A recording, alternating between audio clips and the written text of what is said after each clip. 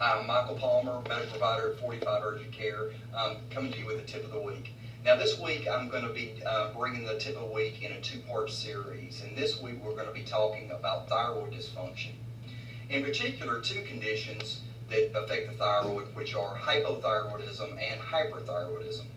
Now we're going to discuss kind of the symptoms that people will manifest with both of these conditions, as well as how medical providers go about checking for this condition, and then also treatments that are involved. Now, first of all, hypothyroidism. Hypothyroidism is a condition where the thyroid is not producing enough thyroid hormone. Now, most of these patients will present with recent weight gain, as well as cold intolerance, meaning that they'll just feel like they're running chills or just being a little bit more colder than normal. They also will experience daytime fatigue that's really not relieved by anything that they can find.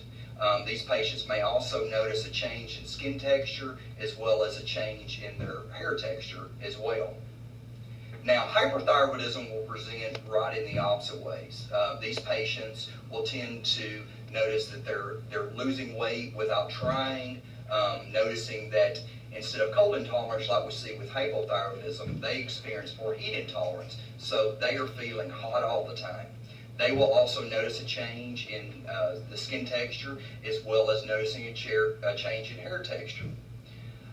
These patients may also notice some change in their eyes with hyperthyroidism. A lot of times patients with untreated hyperthyroidism can even lead to a condition called Graves' disease, which will lead to the eyes actually trying to have the appearance that they're bulging out of the head.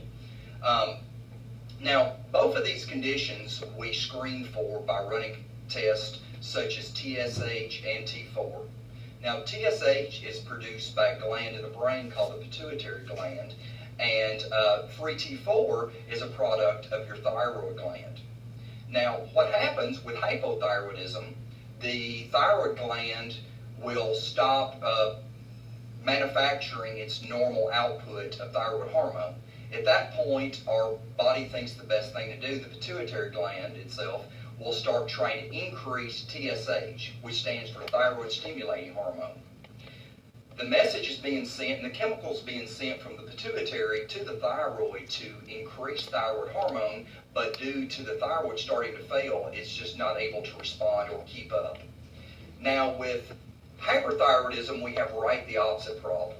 The thyroid is overproducing too much thyroid hormone, and when the body picks up that too much thyroid hormone is being produced, the pituitary gland responds by not secreting TSH, or that number starting to fall. So when we're running lab work to kind of check these two conditions, that's what your provider's looking at. If we see an increase in your TSH above normal ranges and your free T4 dropping below the normal ranges, we're looking at a condition like hypothyroidism, where if we see the TSH being extremely low and your thyroid hormone being increased, we're looking more of a condition of hyperthyroidism.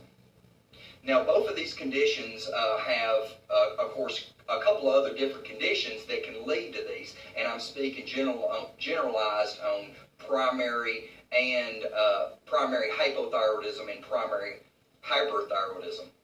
Now, after your doctor has come up with your diagnosis, both of these conditions have a different treatment approach. Now, in our next installment, I will go over, I'll quickly review over what we just talked about, and I will go over more in depth what the treatments are for both of these conditions. I'm Michael Palmer, medical provider at 45 Urgent Care with your tip of the week. Thank you.